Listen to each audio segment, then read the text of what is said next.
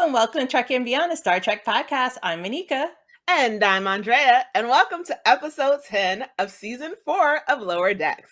It is the season finale, people. We get our answers. This episode's title is Old Friends, New Planets. It was a good episode. So, this episode is all about where we left off from episode 9. Mariner faces her past in the season 4 finale. Her past of when she was like a Boimler. She was a Boimler, people. Old Friends, New Boimler. We have a new title. Monica, what is your initial reaction of this episode?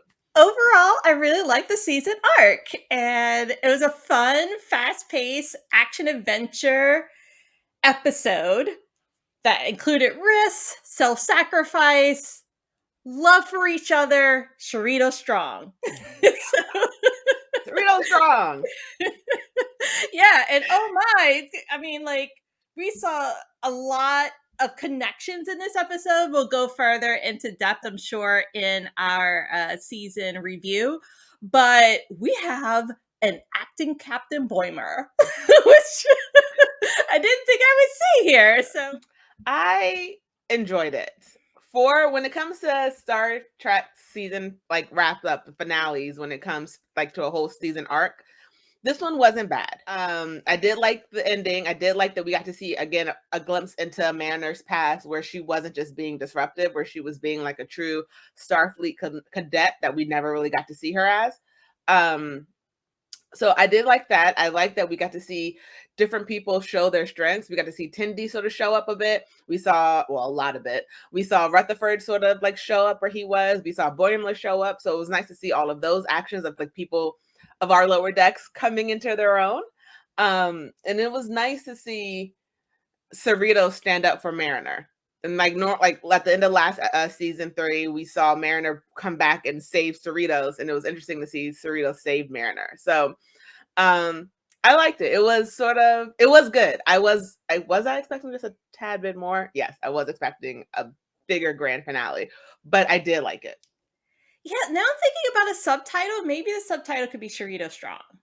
Cerrito strong, yeah. So this episode, we get to go into a little bit of Mariner's background. We get to see who Nick Lorca is to her. We get to see Mariner really truly act like a Boimler before she lost her friend, which is very interesting. If she never went through that trauma, who would we have? Would we have 2 Boimlers? Would they cancel each other out? She is following around Sito. She is excited to be in the Starfleet world, and we see that Nick is a very pompous dude. Almost though, it's very interesting. His personality is sort of how we've seen Mariner. Very confident. They can do this. We're the best. Don't worry about it. Let's just go ahead and run head first into this issue. And Mariner sort of copies a lot of his personality after she lost Sito. So it was sort of interesting to see her before the trauma. And then we also get to see Wesley when after Deep Space, no, not Deep Space Nine. Next Generation. Thank you. Next Generation. We get to see him animated, which is pretty cool. And then we see another person, Joshua, who was sadly died. So pour one out for the homie. But what did you think of the opening scene of of that quick little intro into who she used to be and then who she looked up to? Yeah, so it was like a flashback. And earlier you mentioned that we were introduced to Nick Lorca, and that's an interesting slip because Locarno. Right. Yeah. But he is kind of like that inside bad guy, like Lorca. Yeah. So see where my mind went, people. But yeah, he was expelled from the Starfleet Academy, and we find out more about that and really his motives behind why he's going on this power spree to kind of take over the galaxy all by himself. And he wants a unified front, but really we find out deep down inside it's all about him. Yes. And he's a narcissist through and through. Yes. And it is a kind of an old trope of what's going to be our senior class prank. Yes. And he was planning it, and other people were along for the ride, and it just went terribly wrong.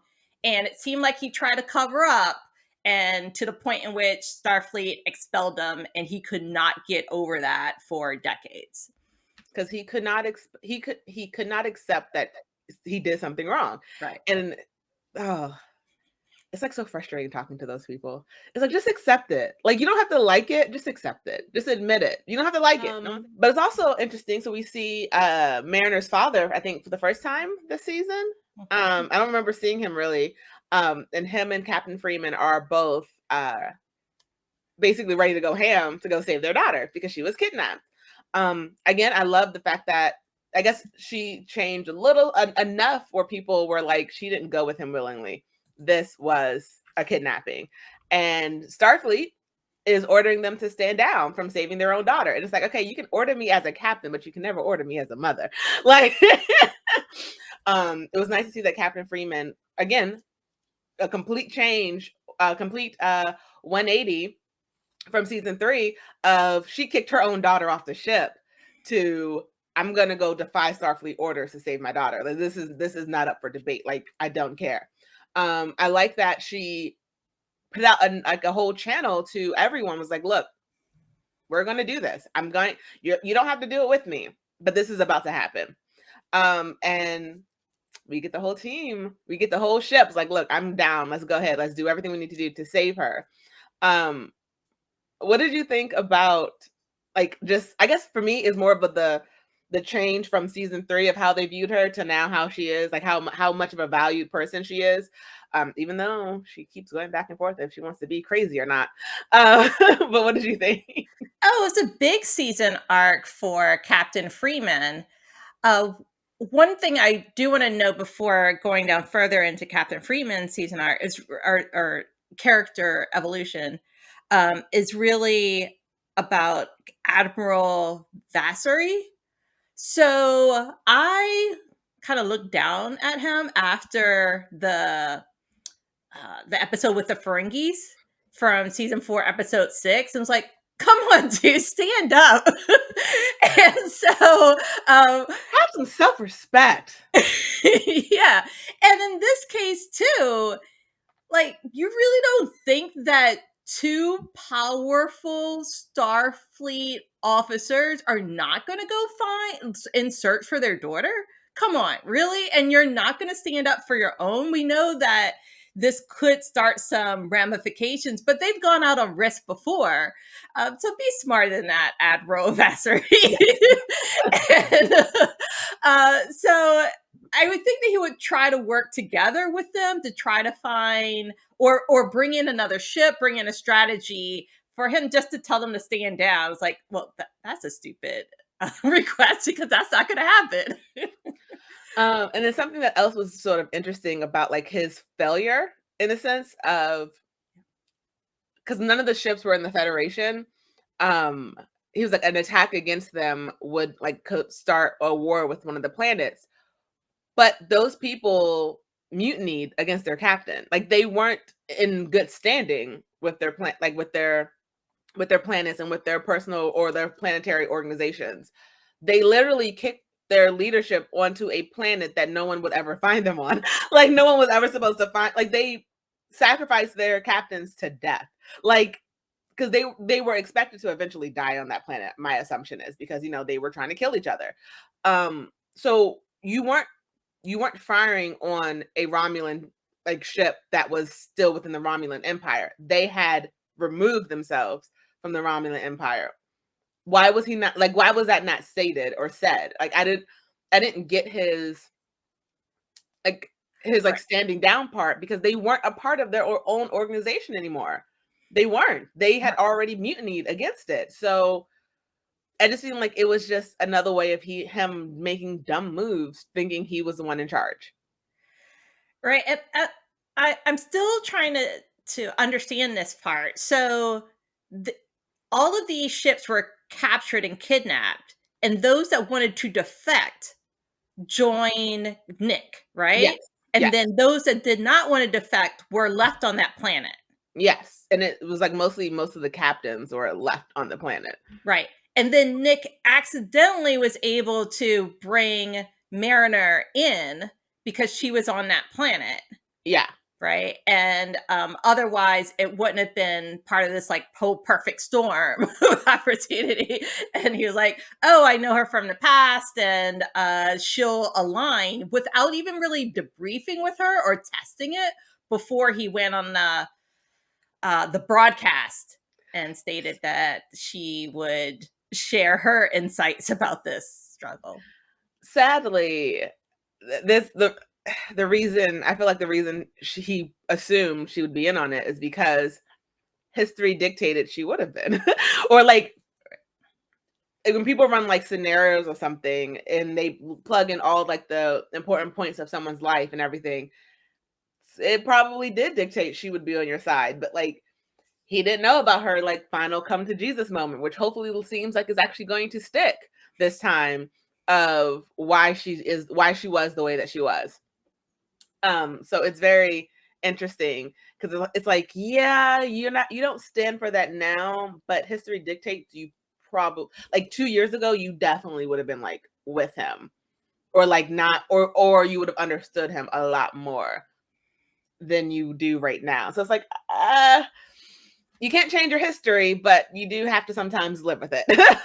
Right. And this is why it's important to meet with your allies before you put them out on the forefront, because he was just going off of the reports that he had met her, but they hadn't really developed a rapport, and she was much of a junior class compared to him at the time. But then he just read reports about her, and so Yeah, as you stated, people change. people change, people grow, and it's, you never know who you're gonna meet. But Nick's whole thing is making the Nova fleet because, and I find the whole thing just so stupid in the sense of it doesn't make sense to join him. And that's what I mean when I say I find it so stupid, because it's like you're leaving one organization and joining another, but you're all in no, like there, I have never met an organization where everyone was like on the same level, like organizational wise, that worked out. There always has to be someone in charge. That does not mean they always have power over you, but like if there's 40 people and 40 people want to do 40 different things, nothing ever gets accomplished. So someone has to be in charge, even just to say, we're going to do this today, or put things in order. And let's say you do all 40 things that everyone wants to do, but who dictates what order it gets done in? So it's like, it doesn't make sense. Like you're just angry. It does not make sense to follow him because he doesn't like it. He gives maybe 2-3 weeks of you guys, like once everyone finds out about you guys, of you guys just surviving. But anytime people who are not in power try to steal their own power, don't understand what it takes to actually be in power. And like I was like, dude, you're just butthurt, and that's why you are trying to have this Nova fleet, because someone has to be in charge. At the end of the day, someone has to make the decisions. And if you leave it, not to say the democracy doesn't work, but even in democracy, there's people, you vote for people to make the final decision. Like you can't have 40 people at the helm. One person's at the helm. You just left one dictator for another. Like, what are you doing? What did you think about his concept of like the Nova fleet? Well, I agree with you. There needs to be some sort of structure, and it has to be well defined. And then also, naturally, Ferengis are geared towards Latium, the money, and then like everyone has their cultural background that Mhm. they bring to this. And how do you then balance all seven of those cultures together if you don't have some sort of rules, some sort of like hierarchy within that? It also, they're at everyone who deflected has a big risk because you can't go back to your home planet. After you defect. So you either have to be all in or don't do it at all, Yeah. because there's no you can't just put your tippy toe in Yeah. and expect this to work out for you. And I felt like the Romulans were in that situation. Yeah. Um, They were. It was like, do you want to go back to your home planet after you've like mutinied against your captain? Oh no, we can't do that. Sometimes it's like that saying, the devil you know versus the devil you don't. Stay with the devil you know, because at least you know what to expect. And sometimes that is a really like, it's like, I don't want to go into the unknown because I don't know what I don't know what I don't know. But in this case, you should have just stayed with the devil you knew. Because like you you went from something that was organized, had like roots, had understood what was going on, like you could move up, you could like figure things out. But sometimes like starting up a new startup, that's why they're so risky, because you don't know what you don't know. You don't know if it's going to last a month. You don't know if it's going to last 3 years. And not to say it's not to say that things wouldn't, like, if he had did this in a more smart way, maybe Nova Fleet could have been one of them new amazing things. But the way he started it was just like, you don't know. Like this was never a smart plan. And even Mariner was like, this is dumb. And when they're all, like you mentioned earlier, like when he did this system wide transmission, and Mariner was right there. He's like, we have someone from Starfleet, a lieutenant from Starfleet, to like tell you what she thinks. It's like, yeah, this guy's dumb. His plan is stupid. Like, don't listen to him. Run. And like anyone, when you get out of your anger and you actually think about what's going on and you weigh the pro and cons, I don't think anyone would have made the decision to follow him. But it's like, oh, you get wrapped up in emotion, and then a group of people are like, oh yeah, it now becomes a mob mentality. Let's join him. What did you join? right. Where's my 401k? Like, how am I getting paid? And I don't want to get paid in love. Bills need money. So like, what is the whole structure of Nova Fleet? Or are we just mad at our captain for the day? Yeah, I think they thought the grass was going to be greener on the other side. In the crossover, they thought this force field was going to protect them. Little did they know, and it didn't. It won't. And then what was the point of the force field? Because like, I get that it was keeping people out, but like, was it going to move with you? Because otherwise you're just trapping yourself into a system. Like, I think like there's only so much in that system that you can explore. So you go from having access to all of space to just a system. Like, I get that. Like, it's like saying like you don't have access to the Milky Way. Milky Way is huge. Like, so there's a lot here. But when you have every single system access to then only having access to the Milky Way, why would you agree to that? I don't Like, know. Yeah, that's puzzling. He has to start small yeah, because it's just really him, and he doesn't have. When he first started, he had no power, right? So, I guess they thought it would be a starting point, and from there they would grow. But really, how much power and influence would they have over the rest of the Milky Way, the rest of the galaxy? yeah. So It's just ignore that area. like, okay, they have that system. That's cool. We have everything else. Right, right, And you know how we could travel everywhere else? We get to travel everywhere else. So have fun. Like, yeah, you won that little plot of land. That's great. We're going to explore the rest of the planet, but enjoy that one plot of land. Yes, because you right. totally taught us. But I'm gonna go to the beach today, then the mountains tomorrow, and I'm gonna go here, and then I'm gonna go there. But enjoy that section of grass. Like, that to me, that's how it felt like when I saw the system. I was like, you are limiting your ability to travel the world and the universe for what? Right, the only real power he had was the bomb, Yeah, and then when that exploded, it's not like it eliminated a big resource that was needed, like all the lithium or something like that. yeah. So, I mean, obviously, the galaxy continued even after the bomb exploded. So getting to the bomb, because that part was funny. So when Mariner takes the ship to like escape and like try and get away from everyone, She takes the bomb with her so that way she can so Nick can't use it against anyone else. And when she realizes that she can't get away, that there's nothing she can do, she's like, I'm just going to detonate the bomb so that way he can't use it against anyone else. And the interesting part is, I don't think she had a way of getting away. I think I don't know if she did, because I do know when Nick came in with the phaser, the gun to shoot her, she was like, we have to leave. The bomb is detonated. But before that, you were already on an escape ship. Was there a mini escape ship? So Mariner, were you prepared to go down with the ship? If you were, I'm proud of you. If we're totally missing that and we missed something, let us know.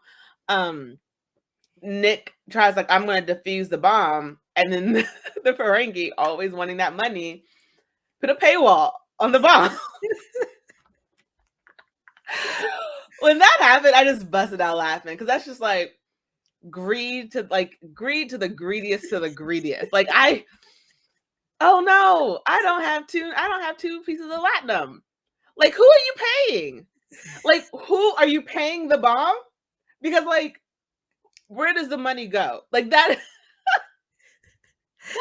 are you paying the bomb not to explode?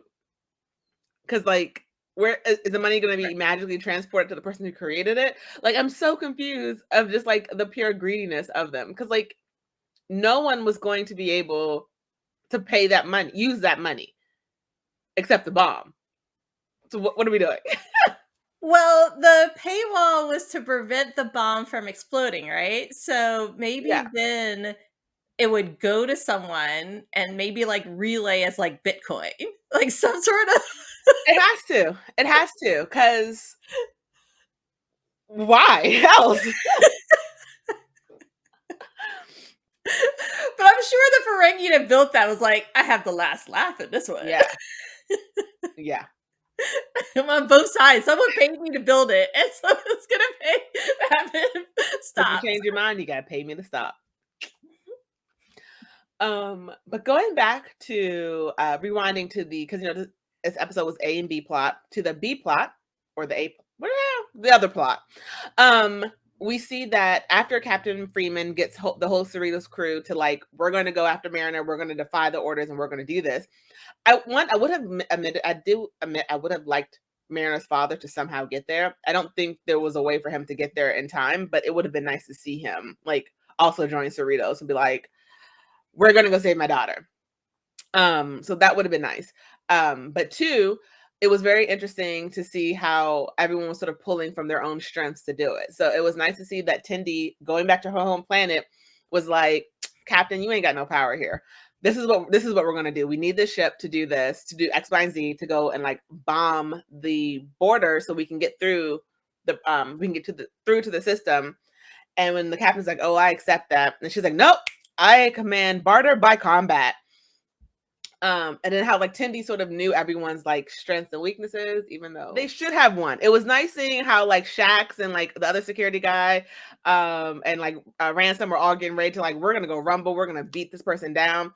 And then she picks Dr. Miglimo, and because he was fluffing himself up and the other person had really bad allergies, it's did you not move to the left or the right so you wouldn't have gotten smashed? You would have won. You should have won. That part was sort of just ridiculous. And I get that you had to set it up so Tendi's story can continue on, but still, really. I was thinking, why didn't Tendi tell Dr. Miglimo this before going down to the fighting rink area? Yeah. In the pregame, as you're kind of toughing each other up, after making a strategy, he's well, why was I chosen? Whisper in his ear. I wish we would have seen that kind of scene instead of waiting until he's in the middle of the battle to tell him to fluff his feathers. Yes. It's embarrassing. Just that. And with the Cerritos losing, they have to give the ship to the Orions. And Tendi does something that I honestly was not expecting her to do this. I really wasn't. I was expecting her to battle her sister or something for the right to the ship. But she's you know what? I'll come back. I'll come back to the family if you give us the ship. And the sister takes it. And I was not expecting that. If anything shocked me in this episode, I actually had to pause when she said, I will come back.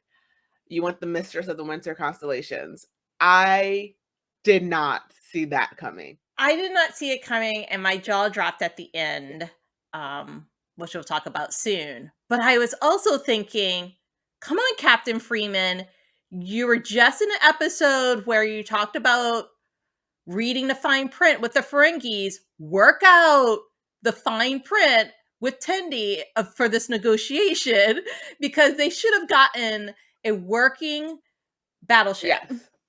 And the ship was not working. And Tindy promised that she would go back to her family for a ship that never worked. And this is when we get to see That's a big yeah, sacrifice. big sacrifice because she loves Starfleet. But we get to see now Rutherford's time to shine when he's on the ship, and we see him going against his like rival of them. Like, we need to do this. No, we need to do this first. Well, all the systems are related, and then it goes back to an earlier episode of the season of them Mark Twaining to come. I can't even get it out because I was laughing so much.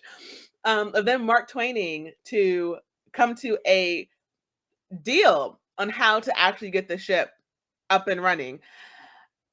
And Monique, your face is like was exactly how I felt. I was like, do we have time for this? Like, Exactly. Like, time is of the essence right now. We should be on the holodeck.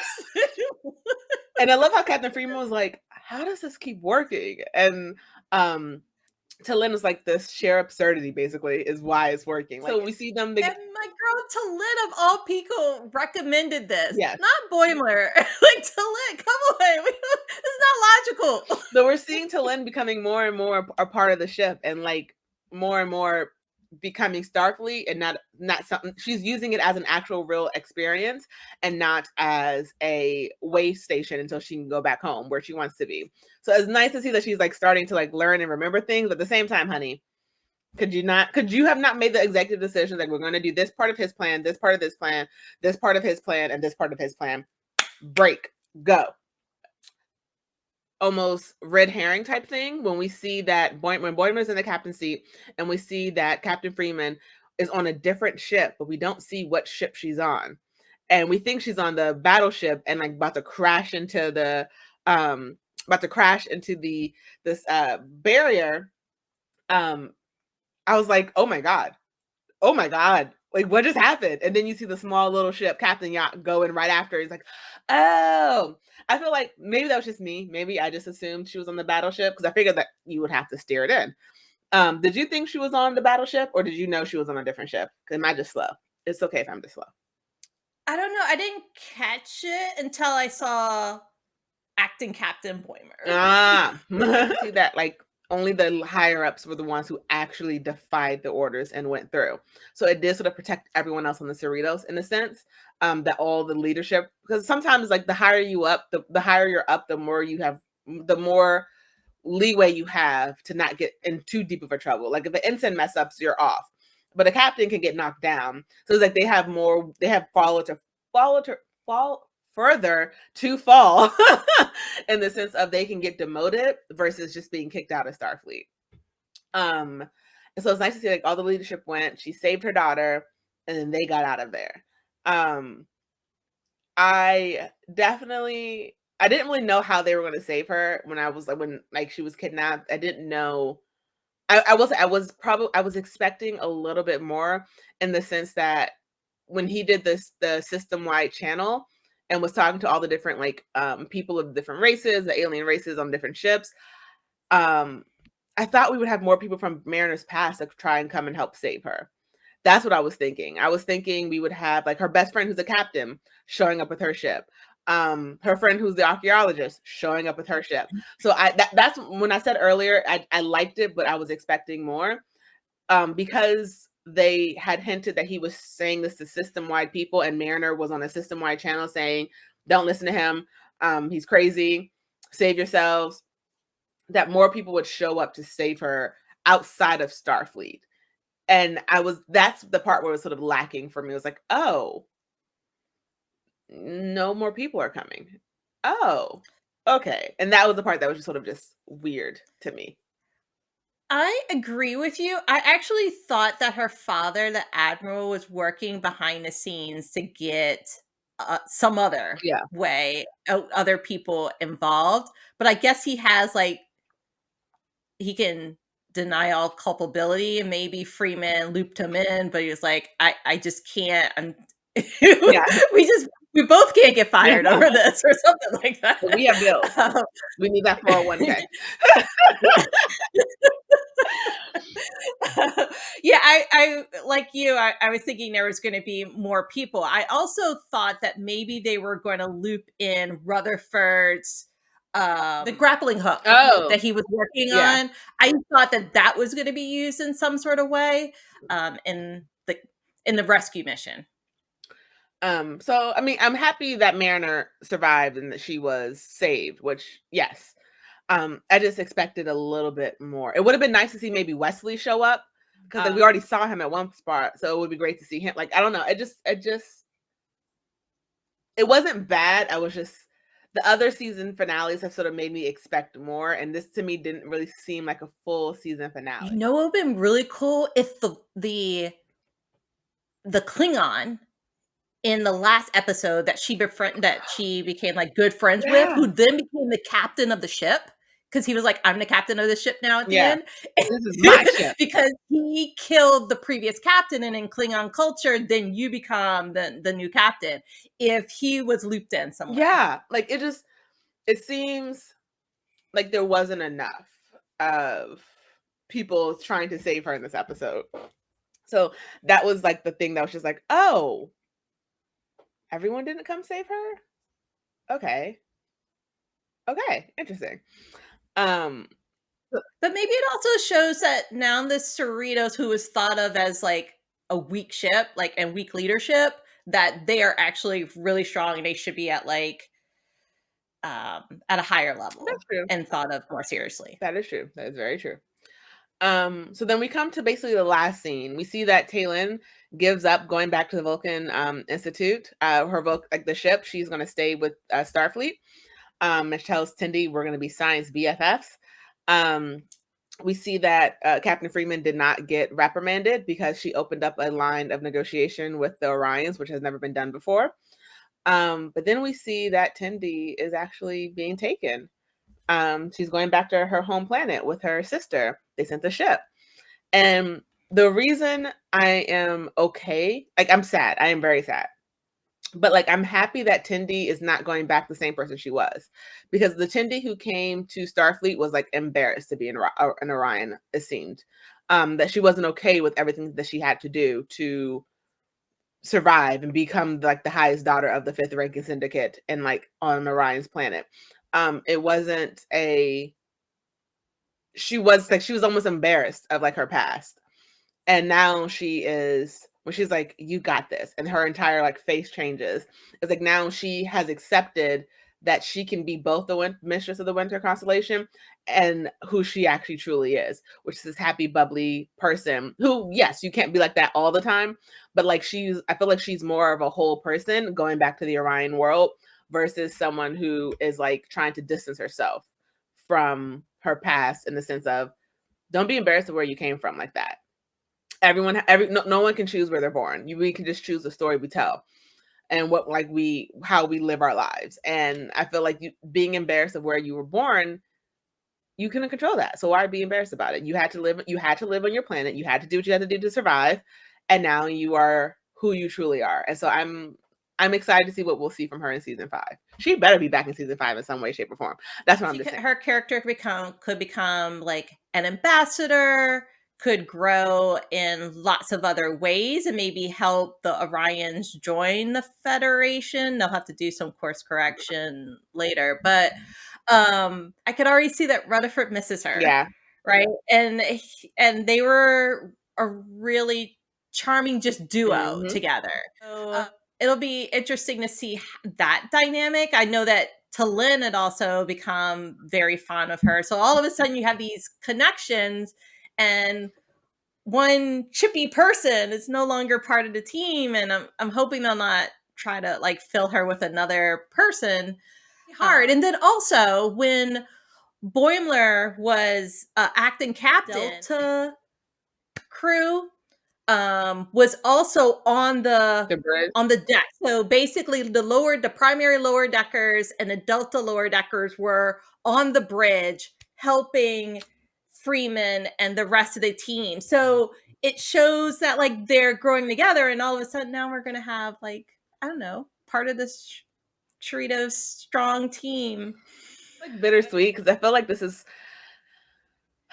like weirdly, don't ever, if this happens, I will be so sad. Don't ever think I want this to happen. But like this feels like if this was a show ending, it would be appropriate in the sense. Because like they're technically no longer lower deckers. I don't want this to be the end. I better see more of this show. But the way this ended, it ended with them almost not being lower deckers anymore because none of them are ensigns. And even though like they're at the lowest grade lieutenants they can be, um, that doesn't necessarily mean they're like they have their own rooms. They're not sleeping on the lower decks like that. So I'm interested to see where this will lead for season 5. I'm excited. I liked it. It could have been a little bit better, but I think it was a good season finale.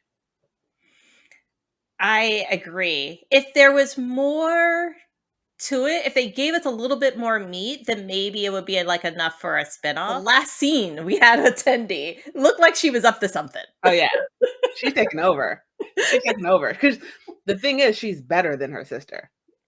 She's better. So she's gonna outwit her some sort Mhm. of way. I thought that this episode really showed their communication, their sense of family. We're all in this together. There was a reflection time with Mariner and Nick, in which she stated that don't let anger define you.